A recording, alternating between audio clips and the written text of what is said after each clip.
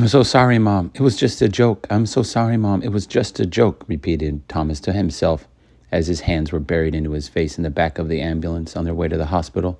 It was just a joke. What felt like hours was over in a snap as the ambulance doors opened up and a sea of paramedics and nurses rushed in. They wheeled the gurney through the emergency room and into the back. Thomas tried to quickly follow but was held back by the ER staff. He was ushered into the waiting room and was directed to sit at a chair closest to the reception desk. Wait here. Someone will be with you shortly. Is there anyone you can call? Asked the nurse. Thomas reached into his pocket to grab his phone, but instead he pulled out Danny's phone. In all the craziness of the day, Thomas never gave Danny back his phone. I still have his phone, thought Thomas. Mom still has mine. Thomas sat there staring at his phone. Yes, ma'am, he replied to the nurse with his head dropped. Please pick up, please pick up, please pick up, he whispered to himself. He placed the phone to his ear, but a voicemail is all he got. You've reached the mailbox of Dr. Tyler Moore. I can't come to the phone right now, but please leave a name, number, and a quick message, and I'll get back to you as soon as I can. Thomas just hung up the phone. It was useless to leave a message. He had left many messages for his dad over the last few months and never heard back from him.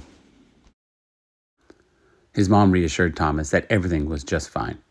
His dad just needed to work on a few things, and that his dad misses him dearly. Thomas sat there. Whose number did he remember? Who should he call? All of his extended family lived across the country and couldn't get there for a few days. Danny and Colton parents are mad at him for the prank that they pulled. He was all alone. What about Camilla, thought Thomas. Oh, don't do this again, he answered himself. This whole mess is due to thinking about that girl. How did I get myself so riled up over her that I went and pulled a prank that just so happened hurt my mom? Thomas turned off the phone, placed it on the seat next to him, and stared blankly into space. His mind was wondering, did he kill his mom? Where is his dad? The tears he was holding back hit all at once. He buried his hands into his face and let it all go. He was scared. He was alone. He didn't know what to do. It'll be all right, son, said a strange voice. Thomas slowly looked up and wiped the tears from his face. Standing in front of them were two men in uniforms. Hi, my name is Officer Martinez, and this is my partner, Officer Rodriguez. We are here to help you. Thomas readjusted himself in the chair as two police officers sat down next to him. First of all, is there anyone we can call for you? Asked Officer Martinez. This is my friend Danny's phone. The only number I could remember is my dad. I tried calling him, but his phone went straight to voicemail, and I don't remember anyone else's phone, replied Thomas. Where's your phone now? Asked Officer Rodriguez. My mom had it. I was grounded, and she took the phone from me, replied Thomas. Well, we have your mom's car down at the impound lot. I will send an officer down there to get your phone and bring it here, said Officer Rodriguez, who stood up and radioed his need to dispatch. I'm sorry about your mom, said Officer Martinez. I heard she got into a car accident downtown. Yes, replied Thomas, and it was all my fault. You were in the car? Asked Officer Martinez. No, my friends and I played a prank and put soap into the fountain. The bubbles went into the street, said Thomas when Officer Martinez jumped in. Hold on, son. I don't want you to say something that might get you in trouble. I want to wait until an adult is here with you before you start talking, said Officer Martinez. I don't have anyone else, replied Thomas. The only person I have in this world is back there, as he pointed to the emergency door rooms. Officer Martinez sat there silently. Thomas filled the silence. The bubbles went into the street. My mom happened to be driving by and ran a red light and got hit, finished Thomas. Look, son, said Officer Martinez, I've been a police officer for 10 years. In my entire career, I've never seen bubbles cause a car accident. Your mom was driving an SUV, a 5,000-pound car. No bubble on earth could cause a car to crash. I went down to the accident. There wasn't that much anyways. You didn't cause this. Thomas looked up at Officer Martinez. Really? Absolutely. Now, should you have done this? No. Was it wrong? Yes. And it goes to show that pranks are not okay. But your bubbles didn't cause the car accident. It was just that, an accident. We have additional officers down at the scene investigating the crash. We'll have more answers later, but I can tell you for certainty, you didn't cause your mother's crash. The weight on Thomas's shoulder got lighter and lighter. He felt like he could fly away after Officer Martinez's words. I will be here with you. And while Officer Rodriguez gets your phone from your mom's car, let's go get you something to eat. After an hour or so of sitting at the restaurant, Officer Martinez and Thomas walked up to the nurse's desk to get an update on his mom's progress. Good timing. We were just about to go see you. Come with me, said the head nurse. The three of them entered into a small room just off the emergency room. Please, sit, gestured the nurse to Officer Martinez and Thomas. I have some good news and bad news. Your mom is alive. Those words were like music to Thomas's ears. Tears of joy streamed down his face. Unfortunately, she's in a coma. As soon as those words filled the room, a sea of emotions filled Thomas. What's a coma? Is she okay? Asked Thomas.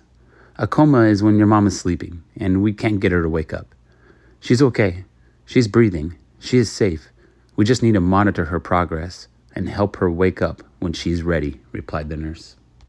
Officer Martinez put his arm around Thomas's shoulder. It's going to be okay, Thomas. I had a family member in a coma once. She will be fine. We just have to wait. Officer Martinez directed his look towards the nurse. Can we go see her? He asked. Yes, of course, replied the nurse. Please, follow me.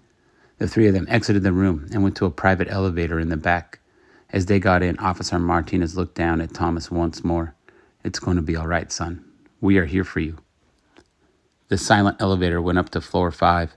Thomas was escorted down the hall to the hospital room. On a sheet, taped to the door, read last name Moore. Officer Martinez slowly opened the door. The three of them entered the room. There, in bed, was his mom, but she was hard to recognize. Tubes and equipment were all around, with a slight buzzing noise echoing off the wall. It may look bad, but she's doing all right, exclaimed the nurse. All of these things are here to help. Thomas stood there staring at his mom. Even with Officer Martinez and the nurse in the room, he felt alone in this world.